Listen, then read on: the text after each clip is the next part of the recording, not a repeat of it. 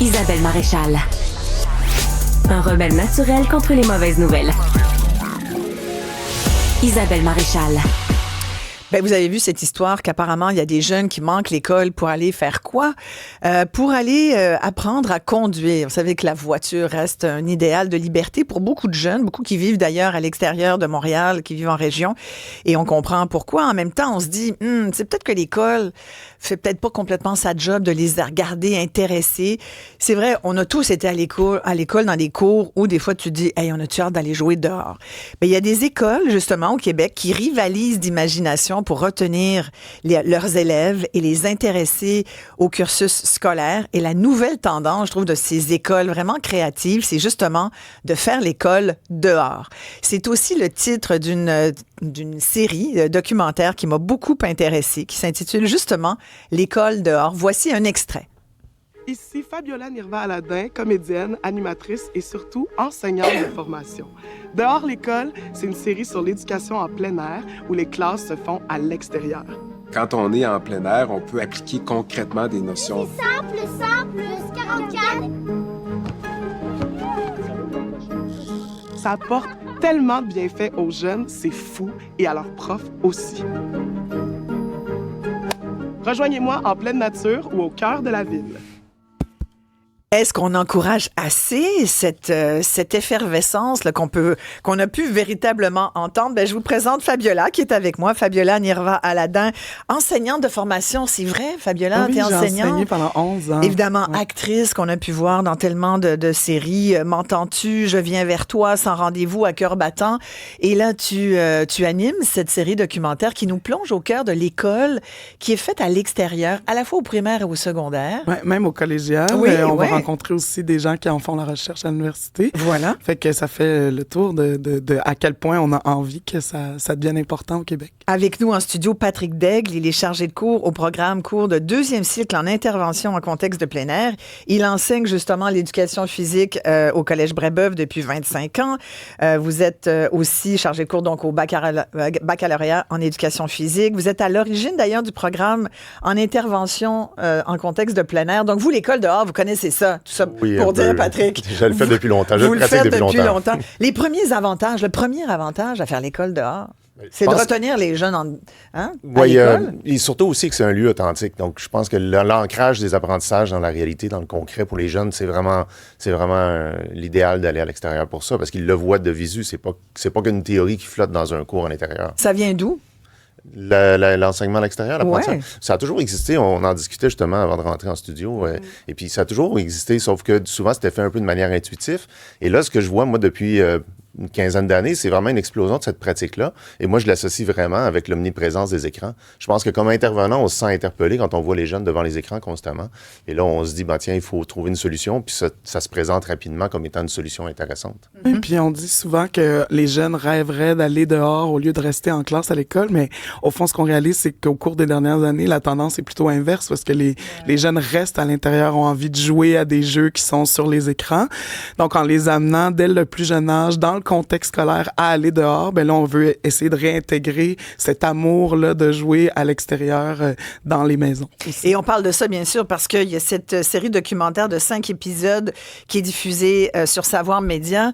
J'en ai vu 3 des 5 et sincèrement, j'ai pas vu beaucoup. Peut-être j'ai pas bien remarqué, mais il me semblait que j'ai plus vu des jeunes courir. Même ça a été tourné en hiver. J'ai trouvé ça intéressant parce que tu te dis, OK, l'école dehors, peut-être quand il fait beau, mais pas en hiver. Or, c'est faux. Ben, c'est certain que les écoles qu'on est allé visiter dans le cadre du documentaire, c'est des jeunes qui sont habitués déjà, qui ont ça dans leur réflexes déjà dans leur quotidien.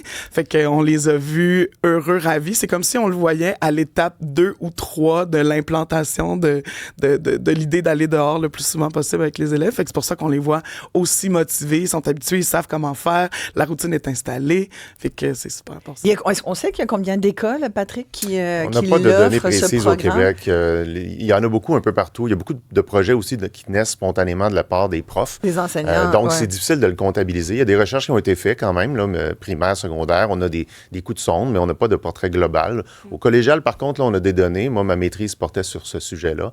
Donc, on sait, par exemple, qu'en éducation physique, il y a environ 80% des cégeps qui offrent des cours en plein air en éducation physique. C'est pas la majorité, c'est plus que la majorité, mais c'est pas tous les cégeps, mais il y en a quand même beaucoup qui l'offrent. Puis c'est plus populaire que le fameux cours d'éduc. Non, pas nécessairement plus populaire, Non. parce que ça reste un choix. Et bon, après, il y a différentes questions qui peuvent émerger.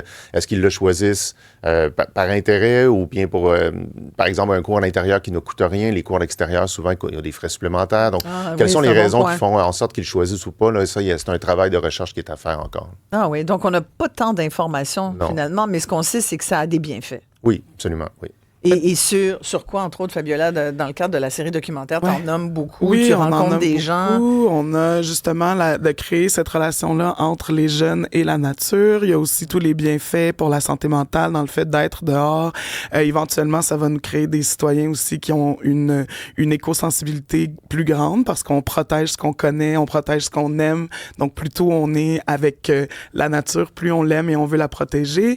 Il y a aussi dans le fait de, comme disait Patrick tout à l'heure, de pouvoir voir concrètement les apprentissages qui sont faits à l'intérieur de la classe, puis de pouvoir les manipuler. Ça vient chercher aussi d'autres types d'intelligence qui sont peut-être moins sollicitables à l'intérieur de la classe. Fait que c'est super pour ça. Écoute, je pense que c'était dans le premier épisode, on voyait un enseignant qui amenait des petits là, au niveau primaire aller dehors, puis il leur dit « Allez vous choisir un arbre. Ouais. » Puis en même temps, tout le long du parcours, jusqu'à se rendre dans le parc où les petits-enfants vont aller entourer un arbre, puis faire, ça c'est un terme, là, tu sais, quand tu es dans la forêt, là, puis tu enserres un arbre, puis tu Oui, lui puis dis les que tu invitait l'aimes. même puis que... à leur dire des secrets. Oui, ça, c'était même un au petit secret préscolaire. préscolaire. Oui, parce qu'au ouais. premier épisode, on est dans le préscolaire, CPE, garderie, tout ça, où est-ce qu'on amène les élèves, les enfants à aller jouer dehors.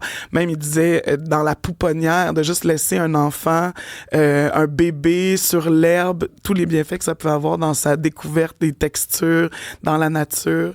Fait que ça fait des adultes qui ont moins peur des insectes, hein, contrairement à moi. Ouais. C'est intéressant, tu vois, j'ai Émilie qui m'écrit. D'ailleurs, j'en profite pour vous encourager à le faire. Vous pouvez m'écrire à isabelle@cube.ca pour nous joindre, d'ailleurs, nous parler ou parler à mes invités. 1-877-827-2346. Est-ce qu'on devrait privilégier dans notre système d'éducation scolaire l'enseignement à l'extérieur en plein air? Est-ce que l'école dehors est peut-être l'avenir, d'après vous? Qu'est-ce que vous en pensez? J'ai Émilie qui me dit, on dirait que de savoir que mon enfant apprend à l'extérieur, ça me paraît moins sérieux et moins encadré. Qu'est-ce que vous pensez de ça, Patrick Degg? Je trouve que c'est pertinent parce qu'il y a plein de gens qui doivent se dire, ouais, mais ils font-tu juste courir, avoir du plaisir dehors au parc, dans le fond, mais les maths, le français, la bio, la géo, ce qu'ils font tout vraiment. Ça est intégré, oui, absolument. Et après, c'est tout l'art de l'enseignement que de bien amalgamer le moment où on est à l'extérieur, de l'exploiter.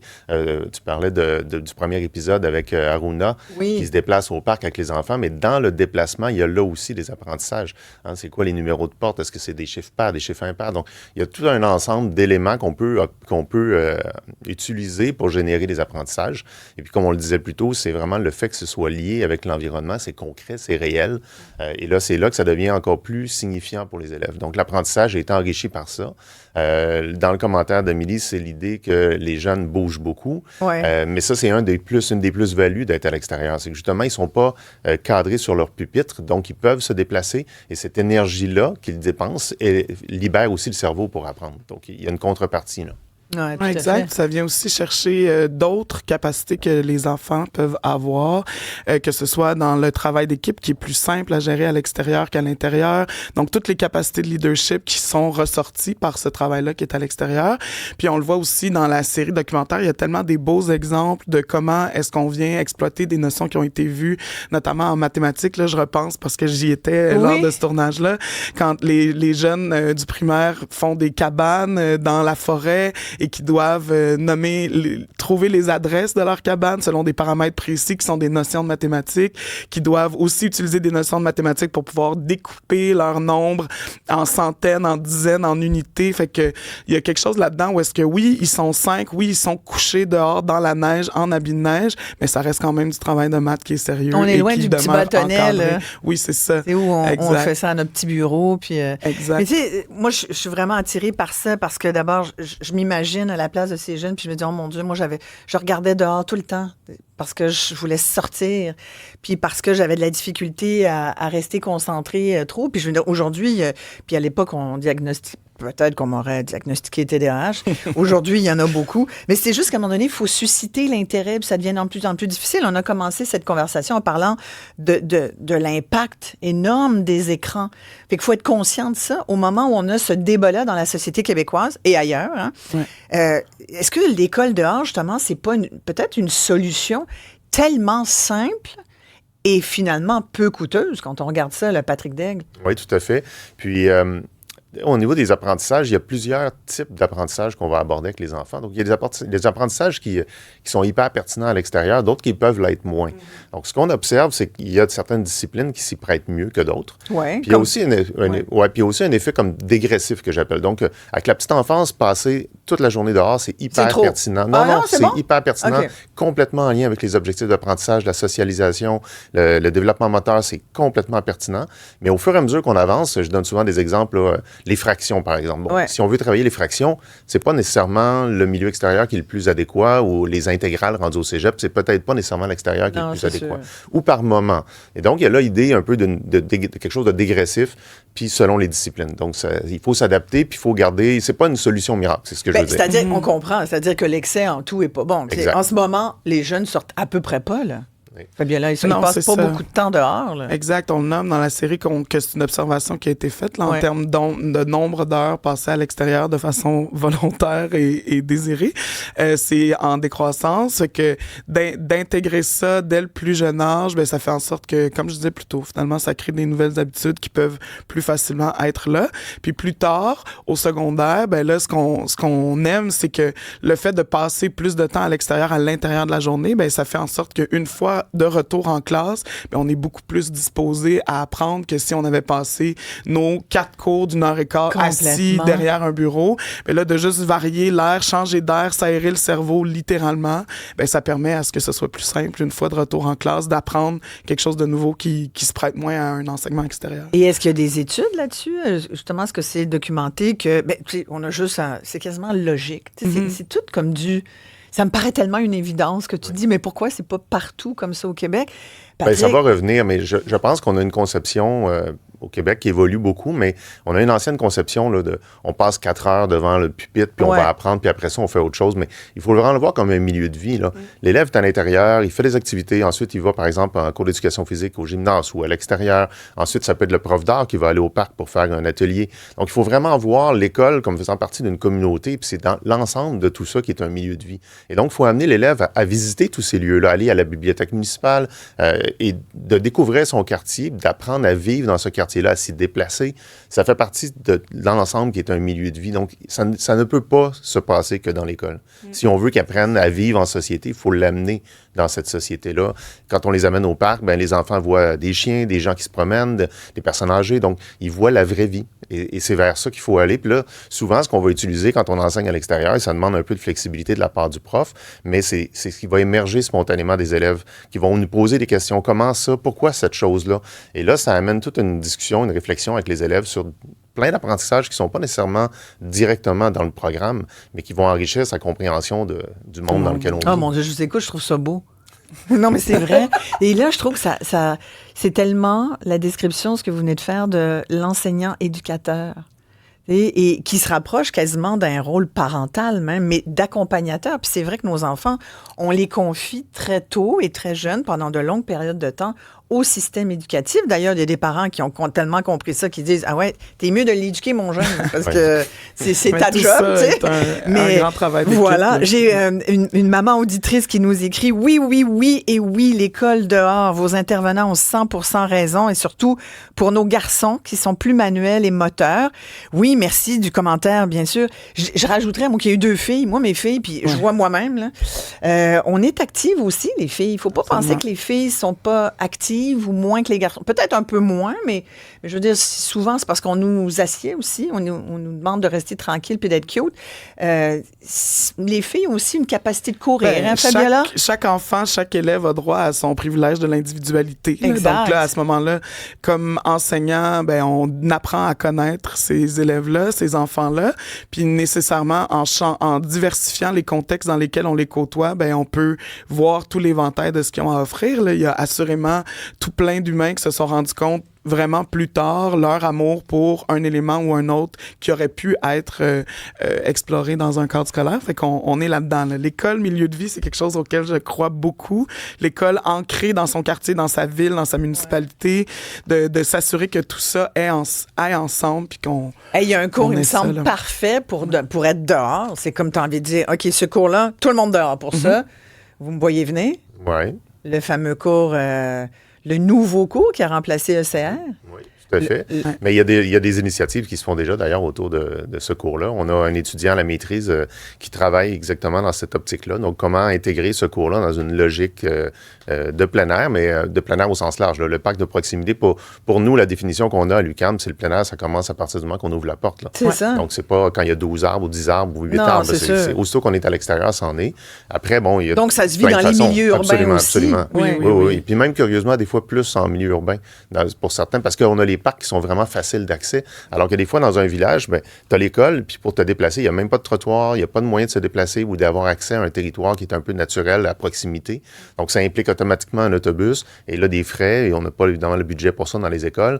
Donc, souvent, en milieu urbain, ça s'y prête facilement. Puis on parle entre autres des déplacements actifs là, à vélo. Là. Complètement. À Montréal, c'est hyper facile avec les pistes cyclables. Oui. Je disais là, que l'école à l'extérieur est pratiquée dans plusieurs pays, entre autres le Royaume-Uni et la Scandinavie. C'est 2 grandes régions du monde là, qui sont vraiment devenues des références dans le domaine de l'éducation en plein air. Je disais tout à l'heure, c'est pas très coûteux. Ça demande toutefois beaucoup de bonne volonté. Ça en demande aussi de la part des enseignants. Mais même pour les enseignants, il y a un bénéfice. Fabiola, dans la série, tu le démontres bien? Oui, absolument. Puis oui, ça demande une flexibilité, ça demande de l'adaptation, mais ça demande aussi d'être doux avec soi-même. Là. On peut avoir envie comme enseignant de visionner une série documentaire comme Dehors l'école puis se dire, OK, je commence demain, mais c'est beaucoup. Là. Fait que j'invite les enseignants qui nous écoutent à prendre ça relax puis d'y aller une étape à la fois pour pouvoir l'intégrer puis de surtout comprendre de quoi est-ce que j'aurais besoin pour la suite. Je le vis une première fois, je sors un 20 minutes, je me rends compte du potentiel, je me rends compte de qu'est-ce qui pourrait améliorer l'expérience, je me rends compte de mes besoins, de comment est-ce que je peux instaurer cette routine-là. J'habitue mes élèves à avoir des pantalons de neige, puis une tuque pour de vrai, puis de porter des mitaines, etc. Et là, puis d'y aller graduellement. Puis les avantages de ça, c'est nécessairement, même pour l'humain qu'est l'enseignant, là, ça fait du bien de sortir de la classe, ça fait du bien de côtoyer ses élèves dans un autre contexte. Il y a quelque chose qui change aussi dans l'atmosphère, dans l'humeur, le même vieil air là, qui est essouillé par le cours d'éduc duquel les élèves arrivent. C'est bon d'en sortir aussi. Puis de justement découvrir nos élèves autrement, puis de voir ressortir leur force dans un autre contexte, puis de se dire, tu sais quoi, avec un papier puis un crayon, cet élève-là me semblait avoir plus de difficultés, mais quand je le mets dehors, puis que j'y demande de former une équipe, puis d'être le leader de cette équipe-là, je me rends compte qu'il est super, cet élève-là, puis ça, c'est précieux pour un enseignant. Et ça, c'est précieux pour un parent qui voit que son enfant est capable de se trouver des lieux où il est bon. Exact. Parce que ce qu'on reproche souvent à l'école, c'est de former, d'être assez axé sur t'es bon là-dedans, t'es pas bon là-dedans, puis on va te noter, puis t'as un bulletin, puis c'est sur 100, puis là, t'es pas dans le bon centile, fait que là, tu vas... Et ça, des fois, on peut ne pas bien fonctionner dans le système scolaire, mais avoir plein de belles capacités, puis être un leader né, puis être capable de faire plein de choses dans la vie, là. On n'est pas unidimensionnel, Patrick. C'est là l'intérêt d'amener les élèves dans plein de contextes différents, autant intérieurs qu'extérieurs, parce qu'on a tous des intérêts différents. Donc, je vais amener des élèves, par exemple, voir une pièce de théâtre, puis là, il va y avoir des lumières qui vont allumer dans les yeux de certains. Je vais les amener au musée voir d'autres choses. Je vais les amener dans une forêt. Donc, c'est tous des événements qui génèrent chez l'élève des prises de conscience sur ce qui les intéresse, les stimule. Je vois quand même qu'il y a des questions de la part de certains auditeurs là, sur la question de la sécurité. Puis c'est vrai que comme parents, il va falloir qu'on relaxe un petit peu, là, parce que là, c'est devenu trop. Là. Puis c'est sûr qu'il y a des... C'est sûr, là, il y a des histoires dramatiques, des enfants qui traversent la rue en ville, puis les gens roulent trop vite. On a vu les arrêts d'autobus, même les gens respectent pas les arrêts stop, des autobus jaunes, des autobus scolaires. C'est sûr qu'il faut que tout le monde se mette aussi à observer son environnement, puis faire aussi, sans aller à l'école dehors, juste de penser à être un observateur de la vie autour et de la respecter. Mais je pense que comme parents aussi, il faut qu'on soit ouvert peut-être à ça, Fabiola. Oui, parce qu'il y a plein d'avantages à apprendre aux enfants là, au plus jeune âge, ce risque-là. Qu'est-ce que c'est le risque? Quand est-ce que j'ai peur? Quand est-ce que je mets mon pied sur quelque chose puis que je me rends compte par moi-même que c'est pas solide puis que peut-être faudrait que je mette mon pied autre part puis peut-être que je vais tomber de pas haut, mais que je vais me faire mal, puis que je vais comprendre que je vais travailler mon équilibre, que je vais avoir de la motricité qui va se développer à travers ça. Exact. C'est sûr que c'est éprouvant pour un parent inquiet, mais c'est ça, c'est étudié comme phénomène, là, puis c'est précieux dans le développement. Il y en a très, très, très peu d'accidents en milieu scolaire qu'on répertorie, entre autres dans le cadre des enseignements extérieurs. Là. Moi, j'en ai pas, en fait. Je n'ai même pas d'anecdote à vous donner, ça arrive à peu près pas. C'est ça. Parce que c'est pensé pour, ben oui, donc il y a toute la... une réflexion avant. Quand je vais me déplacer jusqu'au parc, je vais passer par quelle rue. Des fois, les enfants, les intervenants passent même des fois dans les ruelles parce que c'est des zones justement où il y a très peu de circulation. Puis à ce moment-là, ça devient davantage sécuritaire.